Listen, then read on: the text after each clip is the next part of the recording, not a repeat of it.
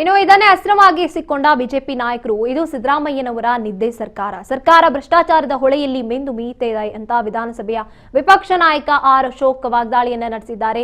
BJP ಕಚೇರಿಯಲ್ಲಿ ಮಾಧ್ಯಮಗೋಷ್ಠಿ ನಡೆಸಿ ಮಾತನಾಡಿದ ಅವರು ಅಬಕಾರಿ ಸಚಿವ ತಿಮ್ಮಾಪುರ ಅವರನ್ನ ತಕ್ಷಣವೇ ವಜಾಗೊಳಿಸಬೇಕು, ಇಲ್ಲವಾದ್ರೆ ಈ ಭ್ರಷ್ಟಾಚಾರದಲ್ಲಿ ಸಿಎಂಗೆ 85% ಕಮಿಷನ್ ಹೋಗ್ತಿದೆ ಅನ್ನೋದಕ್ಕೆ ಅರ್ಥ ಇದೆ ಅಂತ ಆರೋಪಿಸಿದ್ದಾರೆ.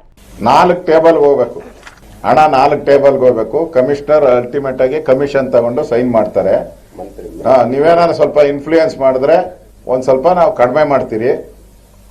ಇದು ಕೆಳಗಡೆಯಿಂದ ಮಿನಿಸ್ಟರ್ವರೆಗೂ ದುಡ್ಡು ಹೋಗ್ಬೇಕು, ಎಲ್ರಿಗೂ ಹಣ ಶೇರ್ ಮಾಡ್ತೀರಿ ನಾವು.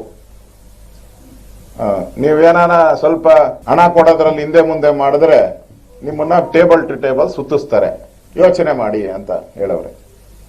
ಅದಕ್ಕೆ ಬೇಗ ಹಣ ತಂದ್ಕೊಡಿ, ಸ್ಪಾಟ್ ಅಲ್ಲಿ ಡೆಲಿವರಿ ಕಮಿಷನ್, ಇದು ಲೈಸೆನ್ಸ್.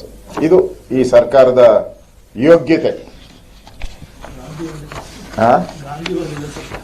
ಇದು ಗಾಂಧಿವಾದಿಗಳ ಸರ್ಕಾರ. ಏನ್ ಗಾಂಧಿ ಮಹಾತ್ಮ ಗಾಂಧೀಜಿಯವರ ಕುಟುಂಬದವ್ರಿಗೂ ಅಷ್ಟು ಪ್ರೀತಿ, ಎಷ್ಟು ಪ್ರೀತಿ ಇದೆ ಅಂತ ಅವರ ವ್ಯಕ್ತ ಮಾಡಬೇಕು. ಇದನ್ನ ನೋಡಿದ್ರೆ ನಾವೇ ಮಹಾತ್ಮ ಗಾಂಧೀಜಿಯವರಿಗಿಂತ ಅವ್ರ ಕುಟುಂಬದವರಿಗಿಂತ ನಾವೇ ಪ್ರೀತಿಯನ್ನು ತೋರಿಸ್ತಾ ಇದ್ದಾರೆ ಇವರು. ಇಲ್ಲಿ ಹಿಂದೆ ವಾಲ್ಮೀಕಿ ಹಗರಣದಲ್ಲಿ 180 ಕೋಟಿ ಹಣ ಲೂಟಿ ಮಾಡಿ ಬಳ್ಳಾರಿ ಎಲೆಕ್ಷನ್ ಮಾಡ್ಕೊಂಡ್ರಿ. ಬಂಧನ ಆಯ್ತು. ಎಲ್ಲೆಲ್ಲಿ ದುಡ್ಡು ಹೋಗಿದೆ ಅನ್ನೋದು ತೆಲಂಗಾಣ ಎಲ್ಲ ಕಡೆ ಹೋಗಿ ಬಳ್ಳಾರಿಗೆ ಹೋಗಿರೋದು ಈಗಾಗಲೇ ಟ್ರೇಸ್ ಆಗಿದೆ. ಈಗಾಗಲೇ ಅಬಕಾರಿ ಇಲಾಖೆಯಲ್ಲೂ ಕೂಡ ಲೂಟಿ ಮಾಡಿ